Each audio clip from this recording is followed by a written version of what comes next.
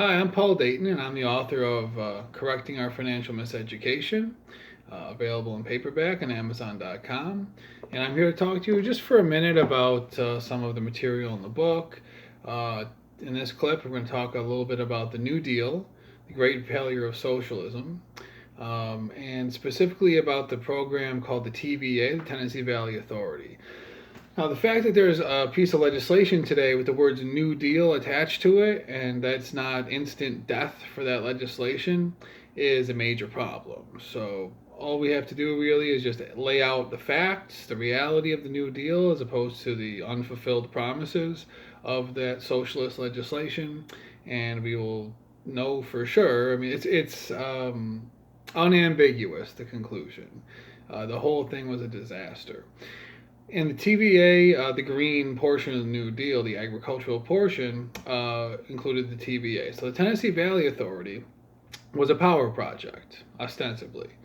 It's important to note that the Tennessee Valley, so this geographic area in which this program was targeting, the private power production in existence before the New Deal was put into place, uh, produced enough power so that consumption was not the consumption of the area was not at all close to maxing out what they were producing.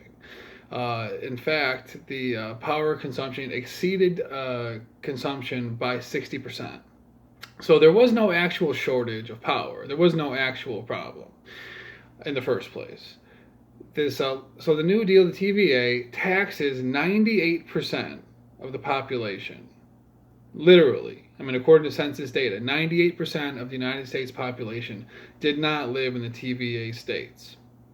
To supposedly benefit 2% of the population, uh, which is, of course, a case of the special interest outweighing the general interest, which is one of the most cancerous legacies of the New Deal. Now, the TVA didn't produce. It was supposed to produce dams. It was supposed to produce power. It was supposed to make things cheaper for people. They were going to centrally plan things. It was going to be a utopia. They built whole cities. The TVA. I mean, these guys were socialists, utopian socialists, and they wanted central planning and communism to control everything. They wanted to concentrate the power into a handful of people, the New Dealers, so that they could control every nook and cranny of life for the populace in the name of helping the worker. Now, as far as the dams that they produced, this was instituted in 1933. Roosevelt took office in March.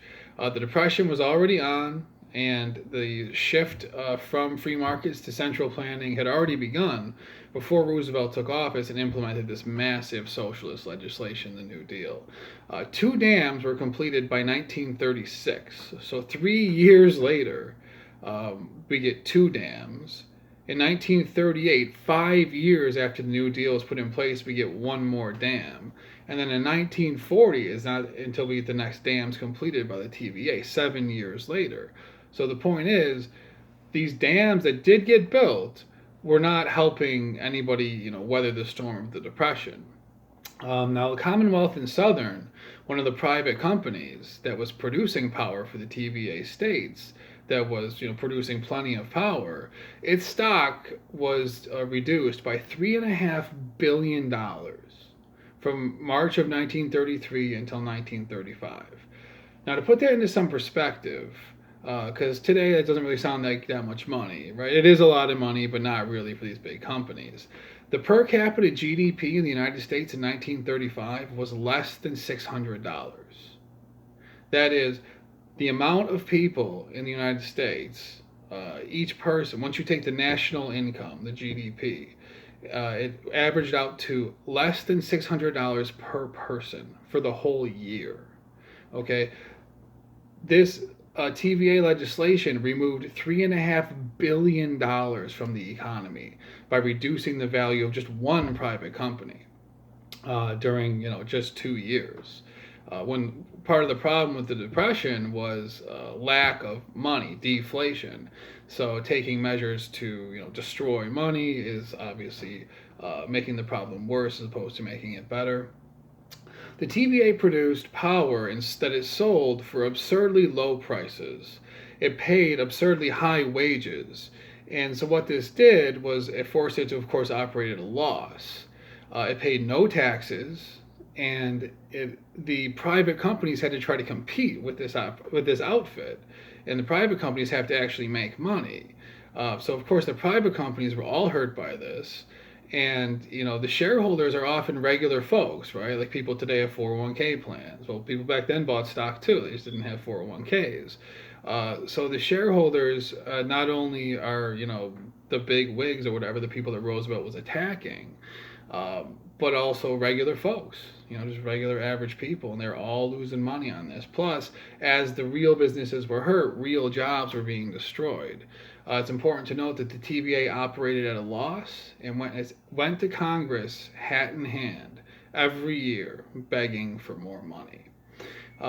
For more on this and much greater detail, with tons of facts and specifics, pick up Correcting Our Financial Miseducation on Amazon.com.